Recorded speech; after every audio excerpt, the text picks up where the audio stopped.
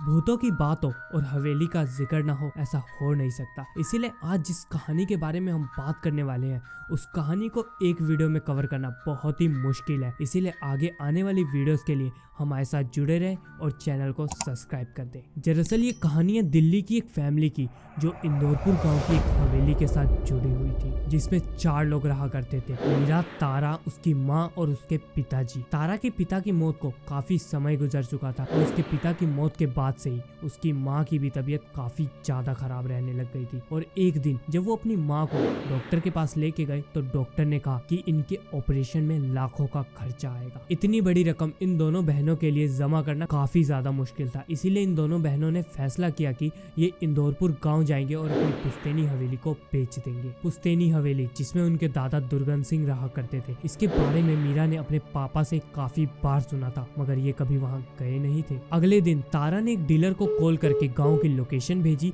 और उसे कहा कि आप जाकर एक बार प्रॉपर्टी चेक कर लो, उसके बाद साइन कर देंगे। इतना कहकर तारा और मीरा दोनों बहनें कार में बैठते हैं और इंदौरपुर गांव के लिए निकल जाते हैं। गांव पहुंचते पहुंचते दोनों को काफी देर हो चुकी थी और अब अंधेरा हो चुका था, कुछ भी नहीं दिखाई दे रहा था। और काफी लंबा सफर तय करने के बाद मीरा ने कहा कि उसे बहुत तेज भूख लगी हुई है। और तभी गाड़ी चली रही होती है कि तारा को एक पास में ढाबा दिखता है। उसने सोचा गांव तो अब ज्यादा दूर नहीं है, मगर क्या पता आगे जाकर हमें कोई खाने पीने की दुकान खुली मिले या ना मिले। इसी कारण वो दोनों बहनें इस ढाबे पर रुक जाती है खाना खाने के लिए। ढाबे का मालिक राम उसी गांव का रहने वाला था। इतनी रात में 2 लड़कियों को अकेला देखकर वो उनके पास गया और उसने उनसे पूछा कि इतनी रात को आप लोग कहाँ जा रहे हो। तभी तारा ने जवाब दिया कि वो यहीं पास में इंदौरपुर गाँव में जा रहे हैं कुछ काम से। इससे पहले राम ये पूछ पाता कि आप इंदौरपुर में किसी को जानते हो या किसी के रिश्तेदार हो, मीरा ने कहा कि मुझे बहुत तेज भूख लगी है, जो भी आपके पास खाने के लिए पड़ा हुआ है वो लेके आ जाओ जल्दी से जल्दी। मीरा की बात सुनकर राम तुरंत खाना लाने चला गया।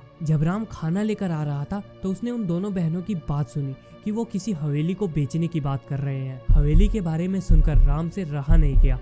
उसने उन दोनों बहनों से पूछ ही लिया कि आप दुर्गन सिंह के रिश्तेदार हो। दुर्गन सिंह का नाम सुनकर तारा ने कहा, हाँ वो मेरे दादाजी थे और हम दोनों उनकी पोतियां हैं। जैसे ही तारा ने ये कहा, राम के चेहरे पर एक अजीब सा डर छा गया और उसने फीकी भरी आवाज में तारा से कहा, तो क्या आज रात आप दोनों उसी हवेली में रुकने वाले हो? तारा ने उसकी बात सुनकर खाना खाते हुए हाँ में गर्दन हिलाई। तारा की हाँ सुनकर राम तेज आवाज में बोल पड़ा, मगर उस हवेली में तो एक चुड़ैल का साया रहता है। राम की बात सुनकर मीरा अचानक बोल पड़ी कि आप लोगों की इन झूठी कहानियों की वजह से ही हमें इस हवेली को बेचने में इतनी दिक्कत आ रही है। आजकल कौन इन सब बातों पर यकीन करता है? मीरा का जवाब सुनकर राम समझ गया कि उनसे बहस करना गलत होगा। इसीलिए वो उन दोनों बहनों को गांव के अंदर लेकर चला गया। राम अपनी साइकिल से आगे आगे चल रहा था और मीरा और तारा कार में बैठे पीछे पीछे उसके चल रहे थे। तभी थोड़ी दूर चलकर एक बड़े से घर के सामने राम अपनी साइकिल रोकता है और उस घर के दरवाजे पर जाकर उस दरवाजे को खटखटाता है। थोड़ी देर दरवाजा खटखटाने के बाद 50-55 साल का एक बूढ़ा व्यक्ति घर के अंदर से निकलता है और वो राम को देखकर एक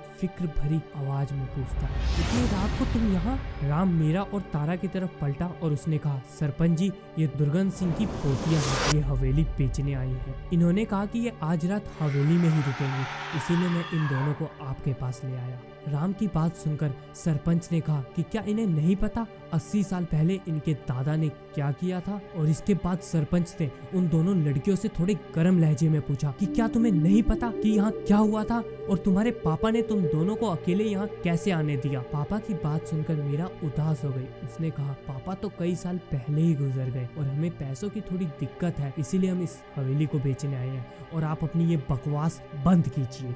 मीरा के ऐसे बर्ताव को देखकर तारा ने उसे चुप रहने के लिए कहा। उन दोनों की बात सुनकर सरपंच ने कहा कि अब रात हो चुकी है, आप लोग यहीं रुक जाओ, कल सुबह बात करते हैं। अगली सुबह वो दोनों बहनें छत पर जाकर उस हवेली को देख रही थी।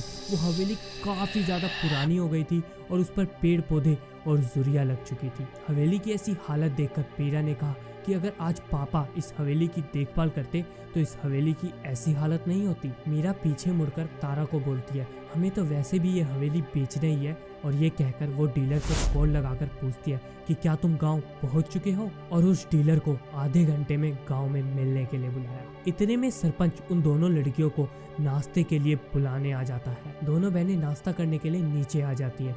नाश्ता करते हुए सरपंच उन दोनों बहनों को कहता है कि रात होने से पहले तुम लोग वहाँ से आ जाना और हवेली के अंदर भूल कर भी मत जाना। सरपंच की आवाज में डर देखकर मीरा हंसते हुए कहती है कि क्या हम हवेली के अंदर चले जाएंगे तो आपकी चुड़ैल हमें खा जाएगी। मीरा की बात सुनकर पीछे से एक बूढ़ी दादी बोली, हाँ ऐसा ही होगा, उस हवेली को बंधुओं का श्राप लगा हुआ है। उस बूढ़ी दादी की बात सुनकर सरपंच ने उस दादी को चुप कराते हुए कहा, मैं जल्दी आने के लिए इसलिए कह रहा हूँ कि हवेली काफी सालों से बंद पड़ी है और वहाँ पर काफी ज्यादा जंगल है और जंगली जानवर भी हैं, इसीलिए आप लोगों को मैं जल्दी आने के लिए कह रहा हूँ। सरपंच जानता था कि अगर वो बंधुआ और उसके श्राप के बारे में इन दोनों बहनों से बात करेगा तो वो उसकी बातों पर विश्वास नहीं करेंगे, इसीलिए उसने इस जंगली जानवर और जंगल का बहाना लगाया। नाश्ता कर तारा और मीरा अपने डीलर के साथ हवेली की तरफ चले गए और शाम को अंधेरा होने से पहले डीलर साइन कर लौट आया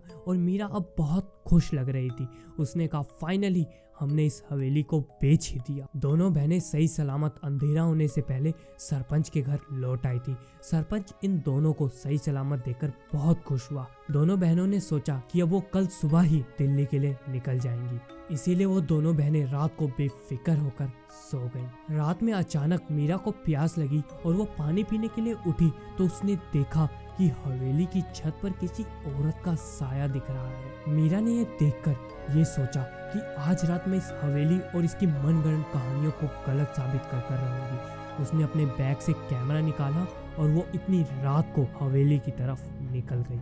आगे मीरा के साथ क्या हुआ, क्या वो वापस आ पाई, उसने किस चीज को देखा हवेली के अंदर, इन सारे सवालों के जवाब आप लोगों को पार्ट 2 में मिलेंगे। तो इसके लिए चैनल को सब्सक्राइब करें और नेक्स्ट पार्ट के लिए हमारे साथ जुड़े रहें। तब तक के लिए मिलते हैं एक नई वीडियो के साथ। Peace out.